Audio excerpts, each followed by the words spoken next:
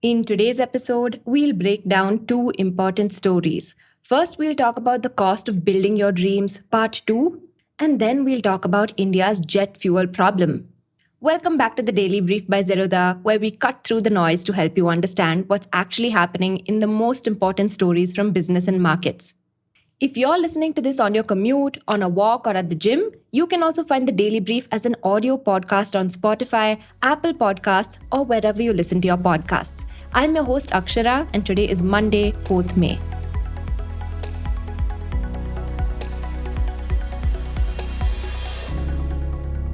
Coming to the first story. So a couple of weeks ago, we covered one part of the history of BYD. That part of the story seemed straight out of a movie, between a founder smashing their own prototype, drinking his own battery fluid, interest from one of the world's greatest investors, multiple near collapses, and a complete switch in the core business. BYD had it all.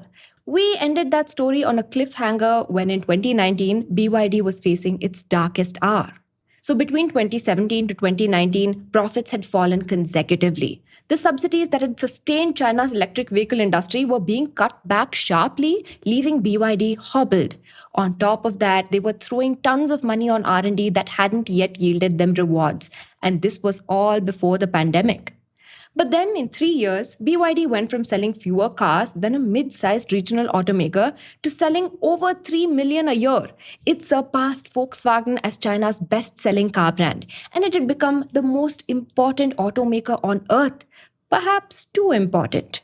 This part of the BYD story starts with the very foundation of BYD's business, batteries.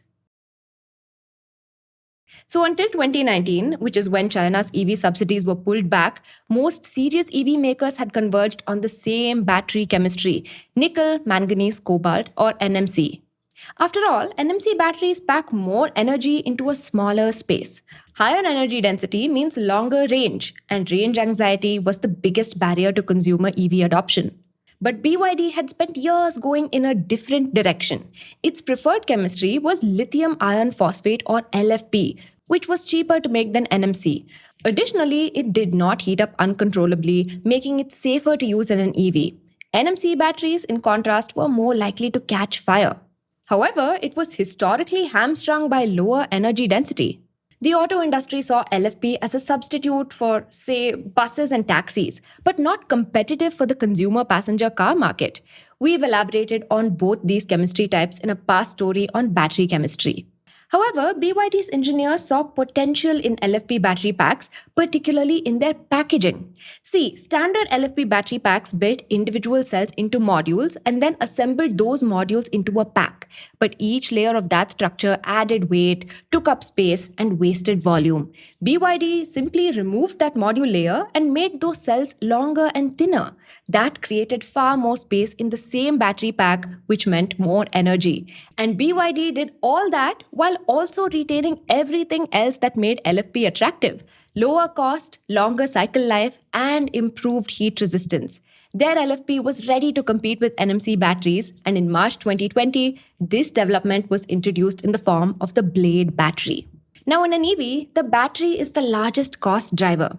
The Blade battery then would provide an immense cost advantage to BYD, which also manufactured its own batteries. This technology unlock essentially gave BYD the mandate to set the direction the rest of the market had to follow. In fact, even Tesla began using the Blade battery in its Model Y. Now, the commercial consequences of this were immediate. As we'd mentioned in part 1, BYD's car portfolio was heavier on plug-in hybrid EVs or PHEVs rather than pure battery EVs or BEVs. The hybrids used both a petrol engine and a battery, and the latter was the most expensive component. But now with the Blade battery, their hybrids became even more attractive for those consumers who weren't fully convinced about BEVs. Meanwhile, their BEVs also gained range they didn't have before. Now, the first car model of BYD that carried the Blade battery was the Han, a premium electric sedan priced above RMB 200,000 or approximately rupees 23 lakh at 2021 exchange rates. It was the first Chinese domestic brand EV sedan to break through that price ceiling, and it sold very well, becoming the first in its class to sell more than 100,000 units in a single year. In 2022, the Han family ranked first in annual sales among B class and C class sedans across all of China. So the Han changed what was possible for BYD's brand. The company had spent nearly 2 decades making cheap vehicles that often copied designs of other cars. They sold on price rather than desirability. But the Han was the first BYD car that people wanted to be seen in, and not merely a model that people bought just because it was subsidized. But where the Han was a premium story, the BYD DMI was a volume one.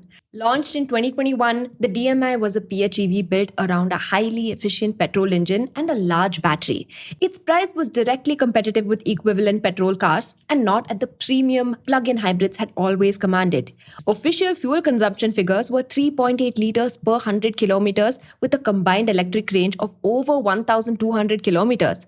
For a buyer unwilling to commit to a fully electric car, the DMI removed almost every objection at no extra cost. The market's response was so strong that BYD couldn't keep up with demand. Its 2021 annual report explicitly described the DMI models as generating booming orders and persistent supply shortfalls. This was a product that people wanted to buy. And the numbers that followed were unlike anything the global auto industry had seen in decades. BYD went from over 6 lakh NEV sales in 2021 to 1.86 million in 2022, triple the numbers in a single year. It crossed 3 million in 2023 and approximately 4.3 million in 2024. BYD was operating on escape velocity, leaving everyone else in the dust. Now, to understand why BYD could move that fast while its rivals could not, you have to understand BYD's outsider status. So, unlike most of its rivals that started with cars and then went into batteries, BYD's path is exactly the opposite. BYD is a battery company that built a car business to deploy its batteries at scale. The cars were downstream of the chemistry. And if BYD was able to decide the playing field of the market, which it finally did with the Blade battery, then plenty of their other bets would fall in place. The most important of those bets was a level of vertical integration not seen in the auto industry since Ford.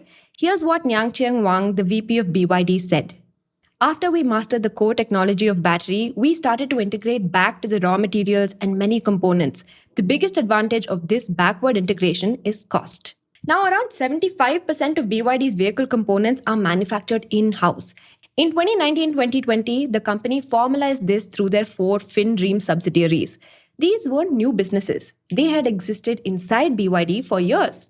Making them independent entities allowed them to sell components to other automakers and to operate with clearer commercial accountability. Nowhere was this integration more valuable than in semiconductors. BYD had been developing power chips since 2004. So IGBT chips are the high power transistors that control electricity flow from battery to motor. By 2022, BYD Semiconductor was the second largest Chinese supplier of IGBT chips with a 22.9% domestic market share. So when the global chip shortage of 2021-22 forced automakers to halt production lines and write off billions in lost output, BYD kept building. Its output grew 156% in 2022. Now, this integration extends upstream to raw materials. In 2022, BYD partnered with SQM, Chile's largest lithium producer, to secure stable supply. In 2023, it acquired mining rights in Brazil's Lithium Valley, and from mine to battery cells to finished vehicles to even the ships that move the cars to global markets, BYD's control over their own value chain is unusually gigantic. This is the model Henry Ford pioneered a century ago. However, the American auto industry spent decades painfully unwinding it because it eventually became a cost trap. BYD rebuilt it in a different era for different reasons, and so far it's been a winning formula. Now, BYD's unimaginable scale became an escape hatch for the defining feature of China's EV market and China as a whole, its tendency to start price wars. See, China's subsidy policy for EVs meant that it had become easy for many players to enter the industry. But that also makes the industry prone to having excess capacity as supply would usually outpace demand.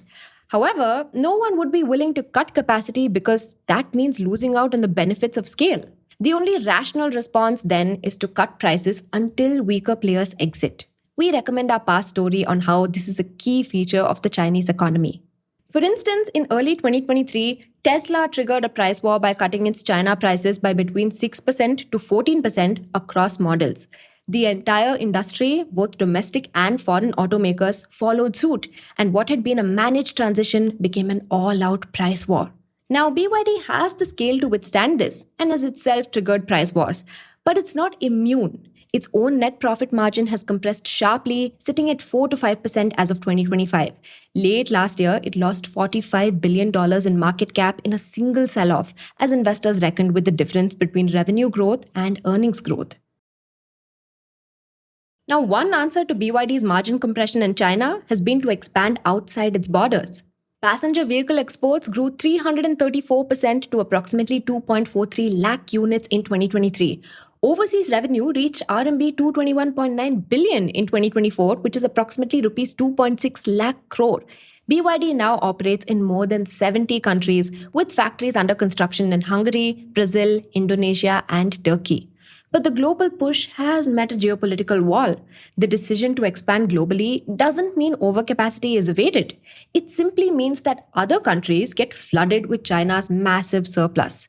That in turn means that the car brands of those countries begin losing market share. So, how do they respond? Simple, with tariffs. So in May 2024, the US raised tariffs on Chinese-made EVs from 25% to 100%, and the EU imposed definitive countervailing duties in October 2024. The markets where BYD might have moved the most volume just shrank for all Chinese-made cars. In response, BYD has offered to set up investments in those countries to avoid tariffs. But the complication that no factory can fully resolve is rules of origin. If the batteries come from China, does the car still count as locally made? The EU doesn't yet have a definitive answer to that. Now, India represents perhaps the sharpest version of this dilemma. In 2023, BYD proposed a $1 billion manufacturing investment in partnership with Hyderabad-based Mega Engineering. The government rejected the proposal, citing security concerns about Chinese investment. Commerce Minister Piyush Goyal reiterated the position as recently as April 2025. A no for now. Moreover, BYD's investments abroad aren't just under geopolitical scrutiny. In Brazil, for instance, their factories are being investigated for mistreatment of labor. In Thailand, they've been accused of unethical sales tactics. BYD may have trained their sights on the world, but the world has looked back just as strongly. BYD's success was hardly written in stone, nor was its story linear. Many of its successes weren't planned despite spending 3 decades accumulating battery chemistry knowledge, manufacturing discipline, engineering capability, and vertical integration. There were near collapses, subsidy dependencies, mass rejections from dealerships, and years when mere survival looked difficult. After 2019, all that accumulation turned into the unbeatable advantage that BYD is now known for. However, that advantage is inseparable from China. Be it supply chains, its structural overcapacity, or the state's willingness to support all of those things. It also means that global ambitions are not just a business matter. They carry plenty of worldly baggage too, as other countries deal with the costs of China's domestic problems. Meanwhile, competition in their own country has intensified as the rest of the industry has caught up with them. BYD's rivals, Chery, Neo, and Geely, are also threatening its market share, innovating at a fast pace. All of that is real.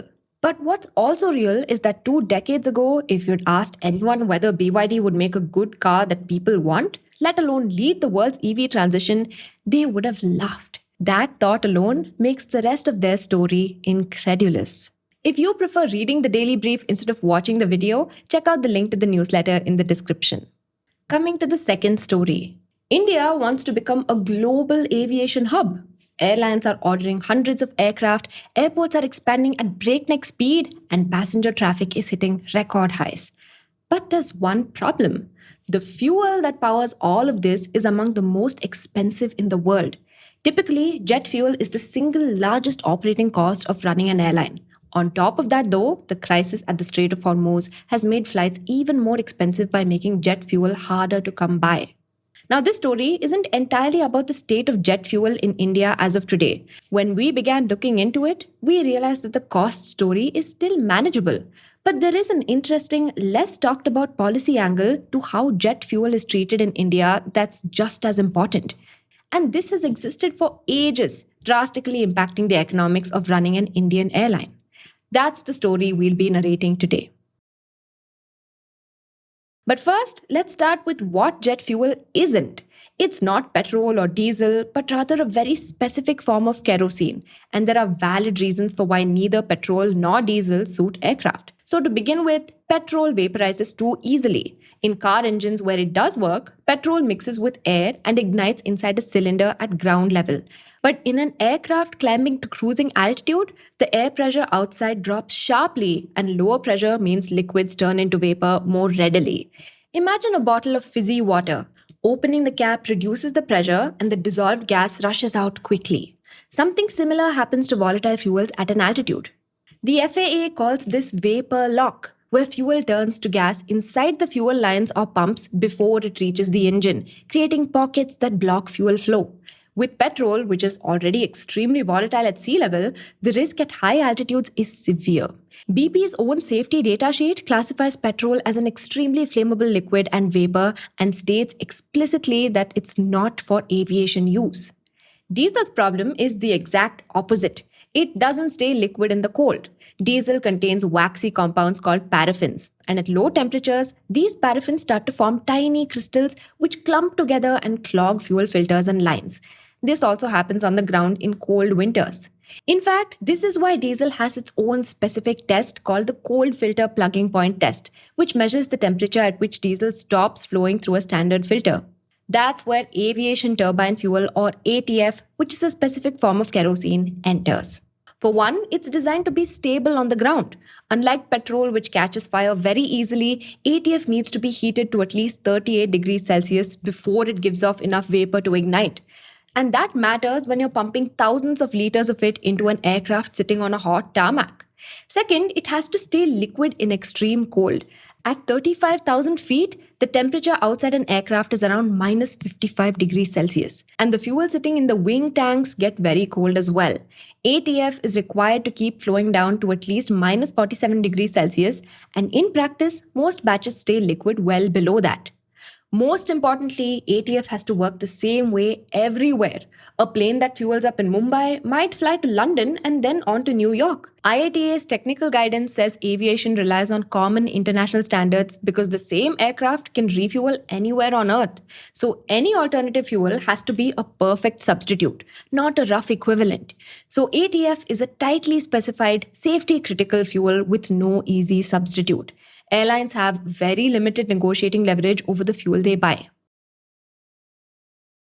Now, ATF accounts for approximately 30 to 40% of an airline's total operating expenses. Either way, no other single expense comes close, and that alone would make fuel pricing a big deal for any airline. But in India, the way ATF is taxed makes it worse. For one, it was left out of GST when it was first introduced in 2017, and it still hasn't been brought in. That means it gets hit twice, once by the center and once by the state. The central government charges 11% excise duty on ATF, and on top of that, every state charges its own VAT.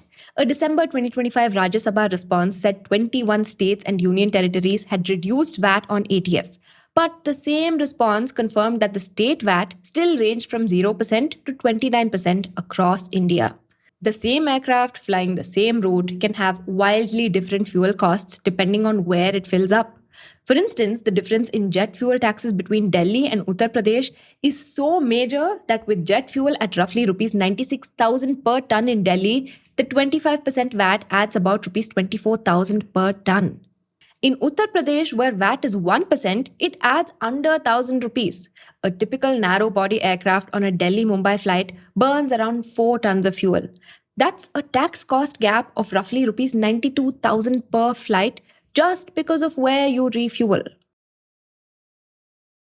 This tax structure was already painful and existed well before this year, but 2026 was an upending of historic proportions.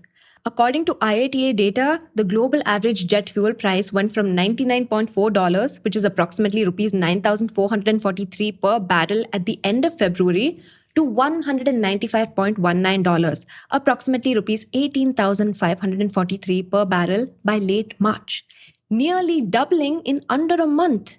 The gap between crude oil and refined jet fuel rose from $27.83 or approximately rupees 2,643 to $81.44 or approximately rupees 7,736 per barrel over the same period. That shock hit the Indian market fast. The Indian oil briefly posted Delhi ATF at rupees 2.07 lakh per kiloliter on 1st April, effectively doubling from the previous month's price. The government intervened by capping monthly ATF price increases for domestic flights at 25% with only a partial staggered pass-through of roughly rupees 15 per litre for domestic carriers. The revised domestic Delhi price was approximately rupees 1.05 lakh per kiloliter, up from approximately rupees 97,000 per kiloliter in March. International operations did not get the same cushion though. ATF pricing for international operations rose by rupees 73 per litre in April, nearly 5 times the domestic increase, making international routes unviable. What remains unclear is who is covering the gap between the actual market cost of jet fuel and the capped prices charged to airlines. If airlines aren't paying the full cost, someone else must be. Either oil marketing companies are taking losses on their books, or the cost is being deferred and will surface later. Now, the government tried to offset some of the pressure elsewhere. It cut landing and parking charges by 25% for domestic flights for 3 months across both major and non major airports.